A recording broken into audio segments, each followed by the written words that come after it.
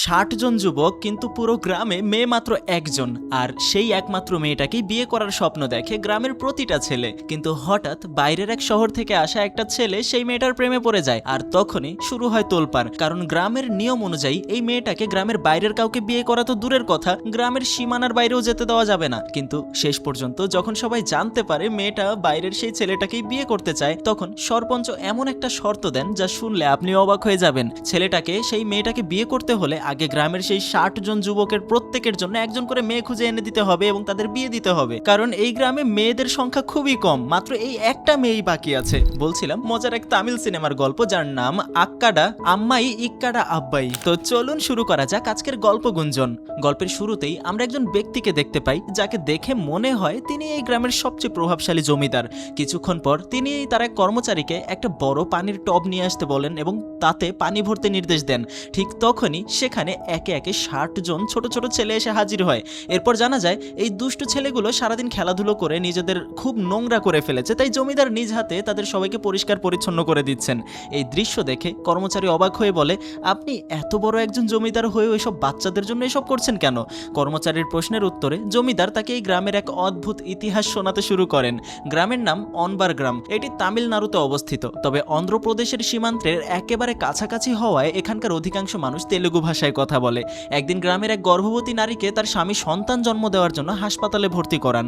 খবরটা ছড়িয়ে পড়তেই পুরো গ্রামের মানুষ হাসপাতালের বাইরে অধীর আগ্রহে অপেক্ষা করতে থাকে। কিছুক্ষণ পর ডাক্তার বাইরে এসে বলেন, অভিনন্দন, আপনাদের ঘরে সন্তান জন্ম নিয়েছে। ডাক্তারের মুখে এই খবর শুনেই শিশুটার বাবা হঠাৎ কান্নায় ভেঙে পড়েন। তার এমন আচরণ দেখে ডাক্তার রাগান্বিত হয়ে বলেন, তোমরা মানুষ কবে বদলাবে? মেয়ে হয়েছে শুনেই কাঁদতে শুরু করলে কেন? তোমাদের এই নীচ মানসিকতা কবে বদলাবে? তখন শিশুটার বাবা শান্তভাবে উত্তর দেন, ডাক্তার, আমার কান্নাটা সম্পূর্ণ আলাদা। এই কথা বলে তিনি হাসপাতালের বাইরে চলে আসেন। বাইরে অপেক্ষা করা গ্রামের সবাইকে তিনি জানান যে তার ঘরে একটা কন্যা সন্তান জন্ম নিয়েছে। খবরটা শোনা মাত্রই পুরো গ্রাম আনন্দে আত্মহারা হয়ে যায়। আর আশ্চর্যের বিষয়, ঠিক সেই মুহূর্তে আকাশে কালো মেঘ জমে প্রবল বৃষ্টি শুরু হয়। এরপর সিনেমায় এই গ্রামের এক পুরনো ইতিহাস সম্পর্কে আমরা জানতে শুরু করি। গ্রামটিতে একজন সরপঞ্চ আছেন যাকে গ্রামের সবাই অত্যন্ত সম্মান করেন। তার সিদ্ধান্তই এই গ্রামের চূড়ান্ত সিদ্ধান্ত হিসেবে ধরা হয়। গত 22 বছর ধরে তিনি গ্রামের নেতৃত্ব দিয়ে আসছেন, কিন্তু অবাক করার বিষয় হলো তিনি সরপঞ্চ হওয়ার পর থেকে এই গ্রামে আর কোনো মেয়ে শিশুর জন্ম হয়নি, শুধু ছেলেরাই জন্ম নিতে থাকে। এই 22 বছরে মোট প্রায় 60টি শিশু জন্ম নিয়েছে, আর প্রত্যেকেই ছেলে। এমনকি এই অদ্ভুত ঘটনাটার জন্য গ্রামের নাম গিনেস বুকে উল্লেখ করা হয়েছে। তবে এই বিষয়টি নিয়ে গ্রামের মানুষের দুশ্চিন্তার শেষ নেই, কারণ তারা ভাবতে থাকে একদিন যখন এই 60 জন ছেলে বড় হবে তখন তারা বিয়ে করবে কাকে, আর নতুন প্রজন্মই বা কিভাবে তৈরি হবে। শুধু তাই নয়, গত 22 বছরে এই গ্রামে নামমাত্র বৃষ্টি হয়নি, ফলে মাঠঘাট শুকিয়ে যাচ্ছে, চারদিকে দেখা দিচ্ছে ভয়ঙ্কর খরা।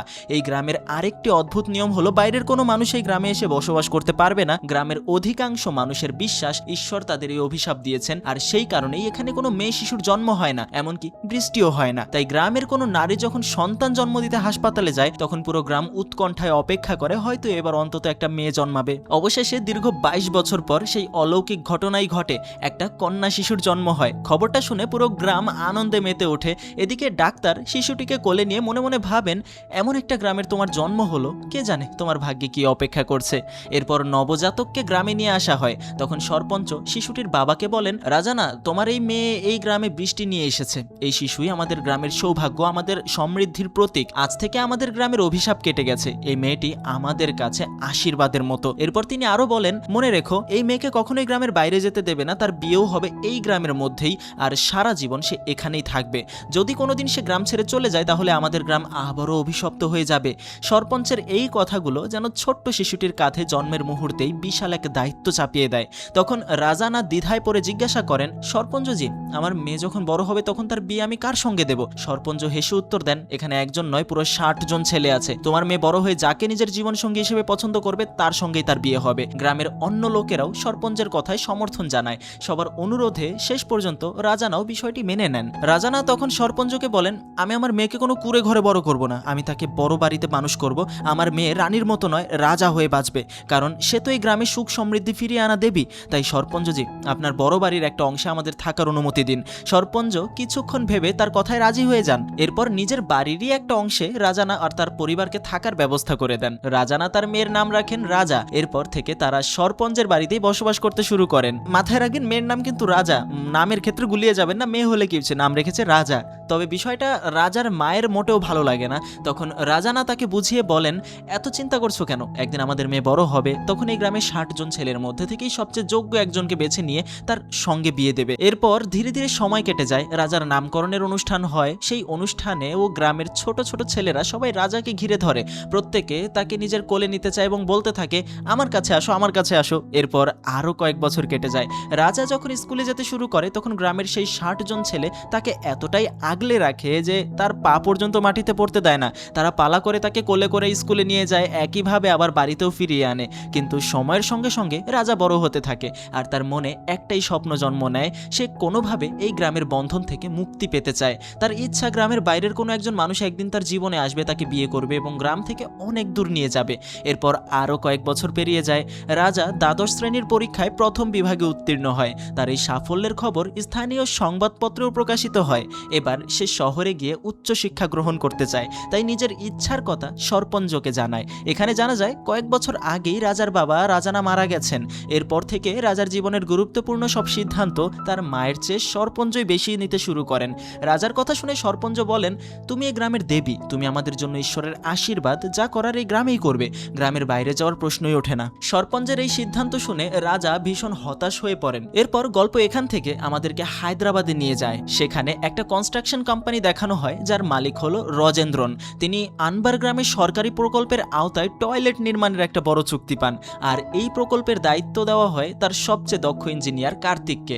হ্যাঁ, ইন্ডিয়ার বিভিন্ন জায়গায় এরকম পড়ে আছে যেখানে এখনো শৌচালয়ের সুব্যবস্থা নেই। আমরা হয়তো অনেক মিনা কার্টুন দেখেছি বা অনেক কার্টুন দেখেছি যেখানে শৌচালয়ের বিষয়টা নিয়ে ভারত এবং বাংলাদেশে বিষয়টা, হ্যাঁ বাংলাদেশে একটু কম, কিন্তু ভারতে এখনও আমার মনে হয় শৌচালয়ের ঘাটতি আছে।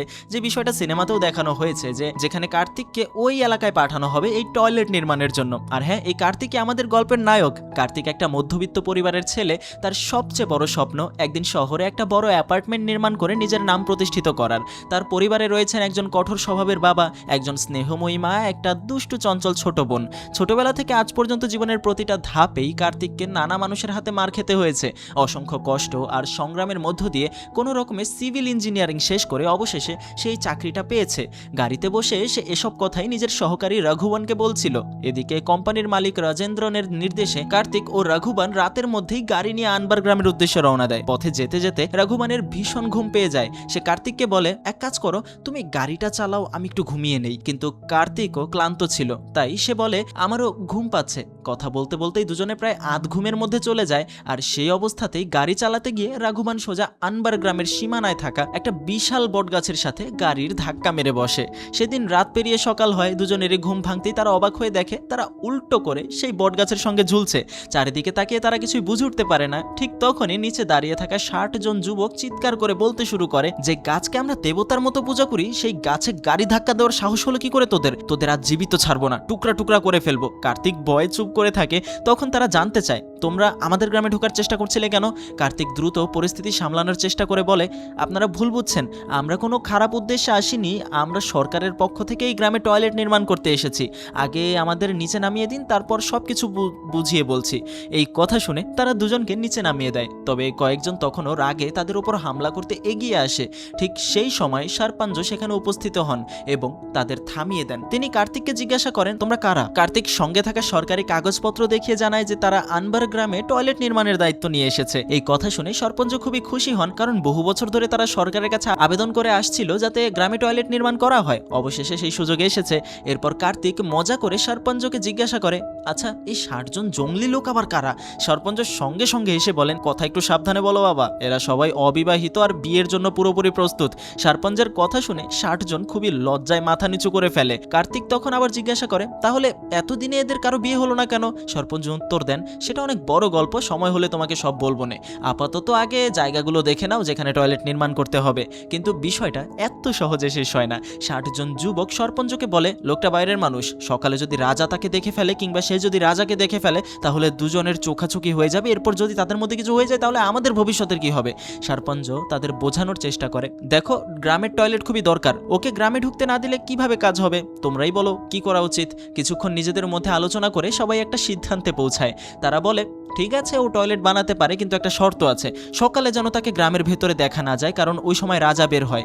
তাই সন্ধ্যা 7টা থেকে পরদিন সকাল 5টার মধ্যে যত কাজ করার করবে। কার্তিক অবাক হয়ে জিজ্ঞাসা করে, এই রাজাটা আবার কে, যার জন্য আপনারা এত চিন্তা করছেন আর যার ভয়ে আমাকে শুধু রাতেই কাজ করতে হবে? তার মুখে রাজার নাম শুনে গ্রামের লোকজন উত্তেজিত হয়ে যায়। তারা চিৎকার করে বলতে থাকে, দেখেছো, লোকটা রাজার সম্পর্কে জানার চেষ্টা করছে, একে ধরো। পরিস্থিতি বুঝে কার্তিক তাড়াতাড়ি হাত জোর করে বলে, আচ্ছা আচ্ছা ঠিক আছে ভাইরা, আমি আর কিছু জানতে চাইবো না। এরপর সে কাজের প্রসঙ্গে ফিরে এসে বলে, তাহলে এই গ্রামে মোট 7টা বাড়ি আছে আর আমাকে প্রতিটি বাড়িতে একটা করে টয়লেট নির্মাণ করতে হবে, তাই তো? তাই আগে সব বাড়ি ঘুরে দেখে নিই কোথায় কিভাবে কাজ করতে হবে। এরপর তারা সবাই নির্মাণ স্থল দেখতে বের হয়, কিন্তু সন্ধ্যা নামতেই গ্রামের লোকজন কার্তিক আর রাঘুবানকে গ্রামের ভেতর থেকে বের করে। তারপর বেশ কিছুটা দূরে একটা নির্জন জায়গায় নিয়ে যায়। তারপর বলে, টয়লেটগুলো এখানেই তৈরি করতে হবে। এই কথা শুনে কার্তিক পুরোপুরি অবাক হয়ে যায়। সে বলে, এখানে টয়লেট বানিয়ে কি হবে, টয়লেট তো প্রতিটা বাড়ির ভেতরে বানাতে হয়। তার কথা শুনেই গ্রামের লোকজন খেপে যায় আর বলে, তোমার এত বড় সাহস, আমাদের বাড়ির ভেতর টয়লেট বানিয়ে পুরো গ্রাম দুর্গন্ধে ভাসিয়ে দিতে চাও? তুমি সত্যি ইঞ্জিনিয়ার নাকি এমনি এমনি এখানে এসেছো? কার্তিক মনে মনে ভাবতে থাকে, আমি এই কেমন পাগল মানুষের মধ্যে এসে পড়লাম রে বাবা। এরপর রাগ সামলে শেষ পর্যন্ত বলে, ঠিক আছে, তোমরা যেখানে বলবে আমি সেখানেই টয়লেট বানিয়ে দেবো। এরপর গ্রামের লোকজনেরা জানায়, নির্মাণ কাজ চলাকালীন কার্তিক আর রাঘুবান গ্রামের পুরনো স্কুল ভবনে থাকতে পারবে, কারণ কয়েক বছর ধরে গ্রামে কোনো শিশুর জন্ম হয়নি, তাই স্কুলটিও বহুদিন ধরে বন্ধ পড়ে আছে। এই বলে তারা দুজনকে সেই পরিত্যক্ত স্কুলে থাকার ব্যবস্থা করে দেয়। কার্তিক তখন জিজ্ঞাসা করে, নির্মাণ কাজের জন্য তো শ্রমিক লাগবে। গ্রামের লোকজন উত্তর দেয়, সেটার ব্যবস্থা আমরা করে দেব। তারা চলে যাওয়ার পর কার্তিক আর রাঘুবান স্কুলের দেওয়াল জুড়ে অদ্ভুত কিছু লেখা দেখতে পায়। রমেশ লাভস রাজা, দীনেশ লাভস রাজা, সুরেশ লাভস রাজা, এভাবে অসংখ্য ছেলের নামের পাশে শুধু একটাই নাম, রাজা। সবাই যে একই মেয়েকে ভালোবাসে, কিন্তু রাজা যে একটা মেয়ের নাম এটা তো সে এখনো জানে না। এইসব দেখে কার্তিক মনে মনে ভাবে, এই গ্রামের প্রতিটা ছেলে পাগল নাকি? আর রাজা আসলে কে, যার পেছনে এই ছেলেরা পড়ে আছে? এরপর তারা নিজেদের থাকার ঘর পরিষ্কার করতে শুরু করে।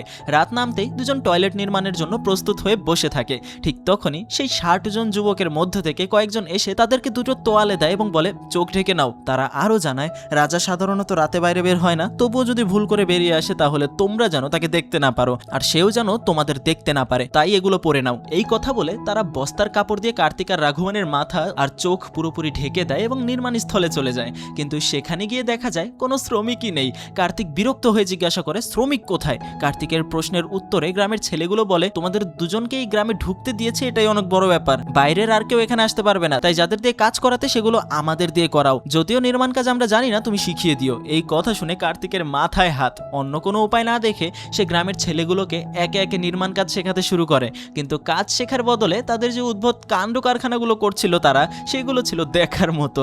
কেউ ইটের ওপর রাজা নাম লিখে সেটার দিকে মুগ্ধ হয়ে তাকিয়ে থাকে, আবার কেউ ইট সাজিয়ে গোল বৃত্ত বানিয়ে মাঝখানে রাজা লিখে লজ্জায় হাসতে থাকে। কাজ করার বদলে তারা এইসব উদ্ভট কাজেই বেশি ব্যস্ত। তার উপর তারা সন্ধ্যা 7টা থেকে রাত 10টা পর্যন্ত মাত্র 3 ঘন্টা কাজ করে, তারপরেই সবাই বাড়ি চলে যায়। কার্তিক অবাক হয়ে বলে, তোমরা তো বলেছিলে ভোর পর্যন্ত কাজ করবে। তখন তারা উত্তর দেয়, না না, আমরা যদি না ঘুমাই তাহলে সকালে তাড়াতাড়ি উঠে রাজার মুখ দেখবো কিভাবে? একজন আবার বলে, আর যদি রাতভর কাজ করি তাহলে চোখের নিচে ডার্ক সার্কেল পড়ে যাবে, তখন রাজা আমাদের দিকে ফিরেও তাকাবে না, এমনকি আমাদের কাউকে বিয়ে করবে না। আর এইখানেই সে বুঝতে পারে যে রাজা একটা মেয়ের নাম। তাদের কথা হলো, তাহলে তো তাদের জীবন শেষ। এত সব যুক্তি দেখিয়ে তারা প্রতিদিনের মতো সেদিনও চলে যায়। রোজই একই ঘটনা ঘটতে থাকে। কার্তিক ধীরে ধীরে বিরক্ত হয়ে ওঠে, কিন্তু তার মনে একটাই প্রশ্ন ঘুরতে থাকে, রাজার মধ্যে কি এমন আছে যার জন্য এই গ্রামের সব যুবক তার পেছনে পাগল? অবশেষে সে সিদ্ধান্ত নেয়, যেভাবেই হোক একবার রাজাকে দেখতেই হবে। সেই রাতেই কার্তিক ও রাঘুবান সরপঞ্চের বাড়ির দেওয়াল টপকে ভেতরে ঢুকে পড়ে, কারণ রাজা সেখানেই থাকে। কার্তিক পুরো বাড়ি খুঁজেও রাজাকে কোথাও পায় না। হতাশ হয়ে যখন সে আবার দেওয়াল টপকে বেরিয়ে আসছিল, ঠিক তখনই হঠাৎ রাজার সঙ্গে তার ধাক্কা লেগে যায়, আর সেই ধাক্কায় দুজনের মধ্যে অনাকাঙ্ক্ষিতভাবে একটা চুমুও হয়ে যায়। ঘটনায় দুজনেই অবাক হয়ে যায়। কার্তিক দ্রুত সেখান থেকে পালিয়ে স্কুলে ফিরে আসে। ফিরে এসে সে রাঘুবানকে বলে, বন্ধু, ভুল করে আমি ওই মেয়েটাকে চুমু খেয়ে ফেলেছি। এই কথা ভাবতেই দুজনের হাত পা কাঁপতে শুরু করে। তারা মনে মনে ভাবে, যদি গ্রামের সেই 60 জন ছেলে এই ঘটনা জানতে পারে তাহলে তাদের আর বাঁচার উপায় থাকবে না। পরদিন ভোরের প্রথম আলো ফুটতেই কেউ তাদের দরজায় কড়া নাড়ে। দরজা খুলে তারা দেখে গ্রামের 60 জন ছেলের মধ্যে 4 জন সদস্য আছে। তারা বলে, রাজা তোমাদের সঙ্গে দেখা করতে চায়। এই কথা শুনে কার্তিকের বুক ধরফর করতে শুরু করে। সে ভাবতে থাকে, কাল রাতের ঘটনা কি রাজা সবাইকে বলে দিয়েছে? আজ বুঝি আমাদের মেরেই ফেলবে। কিন্তু তার ধারণা ভুল প্রমাণিত হয়। রাজা সেই ঘটনায় কোনো কথাই তোলে না, বরং সে জিজ্ঞাসা করে, তোমরা গ্রামের ছেলেদের দিয়ে রাতভর কাজ করিয়ে এত কষ্ট দিচ্ছ কেন, দিনের বেলায় কাজ করাচ্ছ না কেন? কার্তিক অসহায়ভাবে উত্তর দেয়, আমরা তো দিনের বেলাতেই কাজ করতে চাই, কিন্তু এই গ্রামের ছেলেরা রাজি হয় না। ওরা বলে দিনে তারা শুধু আপনাকে দেখবে, তাই কাজ করার জন্য রাতে মাত্র 3 ঘন্টা সময় পায়। এখন বলুন আমি কি করতে পারি? কার্তিকের কথা শুনে রাজা বলে, ঠিক আছে, আজ থেকে আমিও নির্মাণ কাজে সাহায্য করব। আমি কাজ করলে ওদেরকেও কাজ করতেই হবে। যদিও এই পুরো কথোপকথনের সময় কার্তিক ও রাঘবানের চোখ কাপড় দিয়ে বাঁধা ছিল, তাই তারা সেই সময় রাজাকে দেখতে পাচ্ছিল না। সেই সময় কার্তিক হেসে বলে, ভালো কথা ম্যাডাম, যখন সবাই একসঙ্গে কাজই করব তাহলে অন্তত আমার চোখের বাঁধনটা খুলে দিন। কথা শেষ হতেই আশেপাশের সব ছেলেরা আবার খেপে যায়। তারা বলে, তুমি রাজাকে দেখতে চাও? সেই স্বপ্ন কখনো পূরণ হবে না। তোমাদের চোখে সব সময় বাঁধন থাকবে। কাজ তো আমরা আর রাজাই করব, তোমরা শুধু নির্দেশ দেবে। আর এভাবেই শুরু হয় টয়লেট নির্মাণের কাজ। রাজা আর গ্রামের সেই 60 জন ছেলে একসঙ্গে নির্মাণ কাজে নেমে পড়ে, আর কার্তিক চোখ বাঁধা অবস্থাতেই তাদের দিক নির্দেশনা যতটুক পারে দিতে থাকে। আর এভাবে তো হয় না, সেও বুঝতে পারছে, কিন্তু কিছু করার নেই। এভাবেই দিন যেতে থাকে। এই সময়টাতে ধীরে ধীরে রাজা কার্তিককে ভালোবাসতে শুরু করে। আসলে আগের রাতে তাদের মধ্যে যে অনাকাঙ্ক্ষিত চুমুর ঘটনাটা হয়েছিল, তার জন্য কার্তিক সঙ্গে সঙ্গে রাজার কাছে ক্ষমা চেয়েছিল। সে বলেছিল সবকিছু ভুলবশত হয়েছে, ইচ্ছাকৃতভাবে কিচ্ছু হয়নি। কার্তিকের এই ভদ্রতা, সততা, বিনয়ী আচরণ রাজার মনে তার জন্য আলাদা একটা ভালো লাগা তৈরি করতে শুরু করেছিল। কার্তিকের চোখ বাঁধা থাকলেও রাজার মনে হতে থাকে যেন চোখ কার্তিকের নয়, বরং গ্রামের সব ছেলেদের বাঁধা। আর একমাত্র কার্তিকই সত্যিকার অর্থে সবকিছু বুঝতে পারে। এভাবেই কয়েকদিন কেটে যায়। অবশেষে গ্রামের 60টা পরিবারের জন্য 60টা টয়লেটের নির্মাণ কাজ শেষ হয়। টয়লেটগুলো দেখতে পুরো গ্রামের মানুষ এসে জড়ো হয়, কিন্তু টয়লেট দেখে সবাই হেসে গড়াগড়ি খেতে শুরু করে। কার্তিক কিছুই বুঝতে পারে না। সে ভাবতে থাকে টয়লেট দেখে এরা এভাবে হাসছে কেন। অবশেষে সে নিজের চোখের বাঁধন খুলে টয়লেটগুলো দেখতে যায়, আর দেখেই তার মাথায় হাত। গ্রামের ছেলেগুলো মিলে এমন কাণ্ড করেছে যে মাটিতে বসানোর বদলে টয়লেটের প্যানগুলো দেওয়ালের সঙ্গে লাগিয়ে দিয়েছে। কার্তিক হতাশ হয়ে নিজের ভাগ্যকে দোষ দিতে থাকে। এরপর পাশের আরেকটি টয়লেট দেখে রাঘবান আরো জোরে হেসে ওঠে, কারণ সেখানে একটা দোলনার ওপর টয়লেট বসিয়ে রাখা হয়েছে। এইসব দেখে কার্তিক রাগে ফেটে পড়ে। সে চিৎকার করে বলে, এগুলো কি বানিয়েছো তোমরা? আমি কি শিখিয়েছি আর তোমরা কি করেছো? সব টাকা নষ্ট করে ফেলেছো। এবার হয় আমার চোখের বাঁধন খুলে দাও, না হয় আমি এই কাজ আর করবো না, এখান থেকে এক্ষুনি চলে যাব। কার্তিকের কথা শুনে সরপঞ্চ বুঝতে পারেন যে তার দাবি অযৌক্তিক নয়। তিনি বলেন, ঠিক আছে বাবা, তুমি আমাদের গ্রামে ভালো করার জন্য এসেছো, তাই তোমার চোখের বাঁধন খুলে দেওয়া হবে। কয়েকদিনের মধ্যে কাজ শেষ করে চলে যেও। তবে একটা কথা মনে রেখো, ভুল করেও যেন রাজার দিকে তাকিও না। এই বলে সরপঞ্চ কার্তিকের চোখের বাঁধন খুলে দিতে বলেন। এরপর কার্তিক আবার নতুন করে নির্মাণ কাজ শুরু করে। একদিন সে গ্রামের মন্দিরে যায়। সেই সময় সেখানে রাজাও আসে। রাজা দূর থেকেই কার্তিককে দেখে ফেলে। কার্তিক তাকে দেখা মাত্রই ভয়ে সেখান থেকে চলে যেতে চায়। তখন রাজা তাকে থামিয়ে দিয়ে হেসে বলে, আমি কি কোনো ভূত নাকি, আমাকে দেখে এভাবে পালিয়ে যাচ্ছ? কার্তিক অপ্রস্তুত হয়ে উত্তর দেয়, না, সেদিন রাতে যেটা হয়েছিল সেটা ভুলবশত হয়েছে। দয়া করে ওই কথাটা গ্রামের কাউকে বলবেন না, না হলে গ্রামের সেই ছেলেগুলো আমাকে বাঁচতে দেবে না। রাজা মুচকি হেসে বলে, যদি নিজের প্রাণ এতই প্রিয় হয় তাহলে আজ থেকে আমার বন্ধু হয়ে যাও, আমার সঙ্গে সময় কাটাবে, তাহলে আমি কাউকে কিছু বলবো না। উপায় না দেখে কার্তিকও তার শর্ত মেনে নেয়। পরের দিন হঠাৎ মুকেশ নামের এক যুবক রাগে ফুঁসতে ফুঁসতে কার্তিকের কাছে চলে আসে, কারণ আগের দিন সে নিজ চোখে কার্তিক আর রাজাকে একসঙ্গে কথা বলতে দেখেছিল।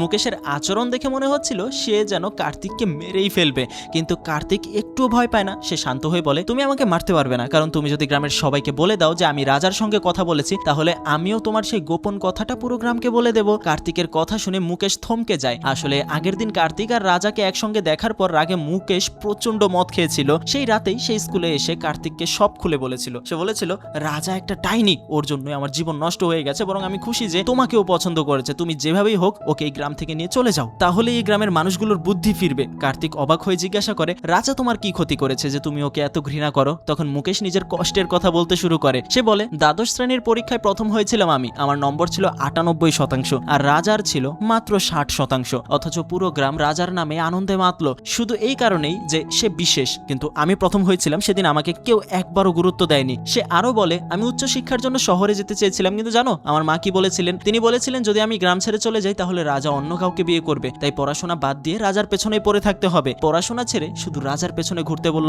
অন্তত যদি রাজা আমাদের গ্রামের 60 জনের মধ্যে কাউকে পছন্দ করতো তবুও একটা কথা ছিল, কিন্তু না, সে শুধু আমাদের ব্যবহার করেছে। আমরা যখনই ওকে ভালোবাসার কথা বলেছি তখনই সে আমাদের ফিরিয়ে দিয়েছে। সে আরো বলে, একবার আমি খুব সুন্দর একটা ফিতা উপহার দিয়ে তাকে প্রপোজ করেছিলাম, কিন্তু সে ডাইনিটা আমার উপহারটা পানিতে ফেলে দিয়েছিল।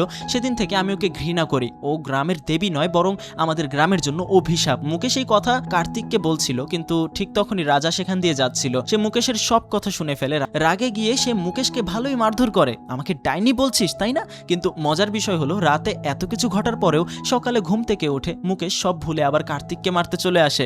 তখন কার্তিক আগের রাতের সব ঘটনা তাকে মনে করিয়ে দিতেই মুকেশ মুকেশ একেবারে চুপ হয়ে যায়। এরপর থেকে মুকেশও কার্তিকের পক্ষ নিয়ে দাঁড়ায়। কার্তিক আর রাজা যখনই দেখা করত, মুকেশ তাদের পাহাড়ে দিয়ে দাঁড়িয়ে থাকতো যাতে কেউ তাদের বিরক্ত করতে না পারে। এভাবেই ধীরে ধীরে কার্তিক আর রাজা একে অপরের প্রেমে পড়ে যায়। এরই মধ্যে রাজার জন্মদিন আসে। জন্মদিনের উপহার হিসেবে গভীর রাতে কার্তিক রাজার বাড়িতে যায়। সে রাজাকে বলে, তুমি তো কোনোদিন এই গ্রামের বাইরে যাওনি, আজ আমি তোমাকে বাইরের পৃথিবীটা দেখাবো। রাজা উত্তর দেয়, গ্রামের মানুষ আমাকে খুব বিশ্বাস করে, তারা যদি জানতে পারে আমি গ্রামের সীমানা পার করেছি তাহলে সবার বিশ্বাস ভেঙে যাবে। তখন কার্তিক বলে, ঠিক আছে, তাহলে এমন একটা ব্যবস্থা করি যাতে গ্রাম ছাড়াই তুমি বাইরের পৃথিবী দেখতে পারো।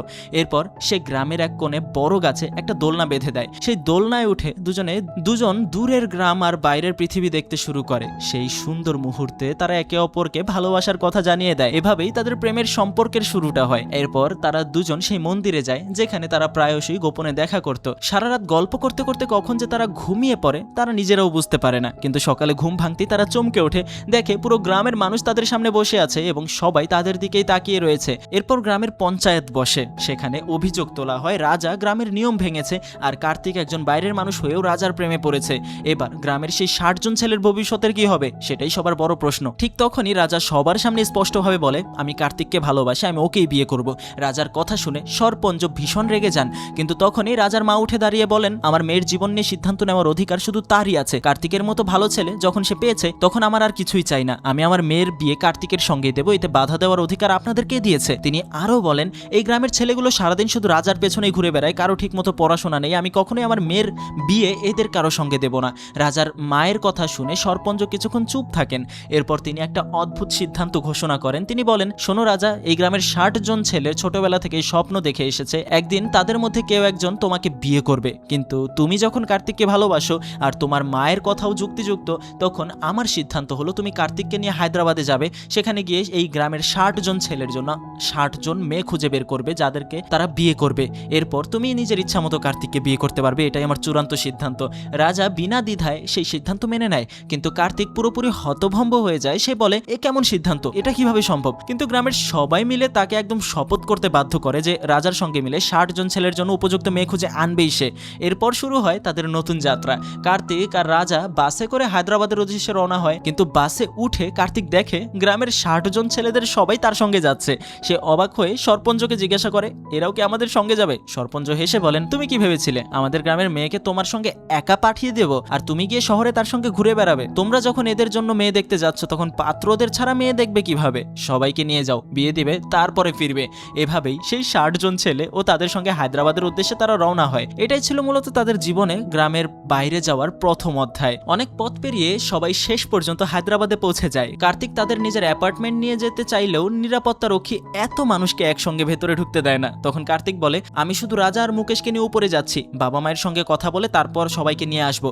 এই বলে সে রাজা আর মুকেশকে নিয়ে নিজের ফ্ল্যাটে যায়। ঠিক সেই সময় কার্তিকের ছোট বোনকে দেখতে পাত্রপক্ষ তাদের বাড়িতে এসেছিল। কার্তিক বাবা মাকে পরিচয় করিয়ে দিয়ে বলে, এরা আমার বন্ধু, কাজের সূত্রে পরিচয় হয়েছে, নিচে আরো কয়েকজন বন্ধু আছে, ওদেরকে উপরে নিয়ে আসতে পারি, খুব দরকার। কার্তিকের বাবা মা ভেবেছিলেন হয়তো 3-4 জন বন্ধু হবে, তাই তারা সহজে অনুমতি দিয়ে দেন। কিন্তু কার্তিক নিজে গিয়ে পুরো 60 জনকে একসঙ্গে উপরে নিয়ে আসে। মুহূর্তের মধ্যেই পুরো ফ্ল্যাটে মানুষের ভিড় লেগে যায়। এদিকে পাত্রপক্ষ কার্তিকের বোনকে খুব পছন্দ করে। তারা বলে, আমাদের ছেলে বিদেশ থেকে ফিরলেই বিয়ের তারিখ ঠিক করে ফেলবো। পাত্রপক্ষ চলে যাওয়ার পর কার্তিক নিজের বাবার সঙ্গে জরুরি কথা বলতে চাইলেও বাড়ি ভর্তি সেই 60 জনের কারণে সে কিছুতেই কিছু বলতে পারে না। শেষ পর্যন্ত বিরক্ত হয়ে তার বাবা বলে, তোর এই 60 জন বন্ধু যদি এই বাড়িতে থাকে তাহলে আমি বাড়ি ছেড়ে চলে যাব। কার্তিক বুঝতে পারে এভাবে আর চলবে না, তাই সে একটা বুদ্ধি বের করে। সে অ্যাপার্টমেন্টের 60টা ফ্ল্যাটের বাসিন্দাদের সঙ্গে কথা বলে এবং সেই 60 জনের প্রত্যেককে আলাদা আলাদা বাড়িতে পরিষ্কার পরিচ্ছন্নতার কাজে লাগিয়ে দেয়, মানে তাদের বাড়িতে তারা কাজ করবে। এমনকি সেই ফ্ল্যাটের মালিকদেরও বুঝিয়ে রাজি করিয়ে ফেলে, এদের খুব বেশি বেতন দিতে হবে না। এভাবেই কোনো রকমে সেই 60 জনকে সামলিয়ে নেয় কার্তিক। কিন্তু তারপরও সে এক মুহূর্তের জন্য রাজার সঙ্গে একান্তে কথা বলতে পারে না, কারণ তারা যেখানেই যায় গ্রামের ছেলেগুলো সেখানেই হাজির হয়। এরপর কার্তিক এক বিয়ের ঘটকের সঙ্গে দেখা করে। ঘটক সেই 60 জন ছেলের জন্য অনেক মেয়ে দেখায়, এমনকি তাদের শিক্ষিত বলেও পরিচয় দেয়, কিন্তু কোনো মেয়েই তাদের মধ্যে কাউকে পছন্দ করে না। এদিকে কার্তিকের বোনের বিয়ের দিনও ঘনিয়ে আসতে থাকে। বিদেশ থেকে বর দেশে ফিরে আসে আর কার্তিক তাকে বিমানবন্দর থেকে নিয়ে আসতে যায়। পথে বর একটা শর্ত দেয়। সে বলে, আমি খুব সাধারণভাবে বিয়ে করতে চাই, সব খরচ আমরা বহন করব, তবে তোমাদের পক্ষ থেকে 10 থেকে 20 জনের বেশি যেন মানুষ না আসে, আমাদের দিক থেকেও খুব বেশি লোক থাকবে না। কার্তিকের অনেক আত্মীয় স্বজন জন থাকলেও বাধ্য হয়ে সে শুধু কাছের কয়েকজনকেই বিয়েতে আমন্ত্রণ জানায়। কিন্তু এবার নতুন সমস্যা দেখা যায়, সেটা হলো এই 60 জনকে কোথায় রাখা হবে। অনেক ভেবে কার্তিক তাদের বিভিন্ন ছদ্মবেশে বিয়ের অনুষ্ঠানে নিয়ে আসে। কাউকে পুরোহিত সাজায়, কাউকে ব্যান্ড পার্টির সদস্য বানায়, কেউ খাবার পরিবেশনকারীর কাজ করে, আবার মুকেশ তো মহিলার ছদ্মবেশ নিয়ে অনুষ্ঠানে হাজির হয়। সবকিছু মোটামুটি ঠিকঠাক চলছিল, কিন্তু হঠাৎ বরের সন্দেহ হয়। আসলে সেই 60 জনের একজন ভুল করে বরের পোশাক পরে ফেলেছিল।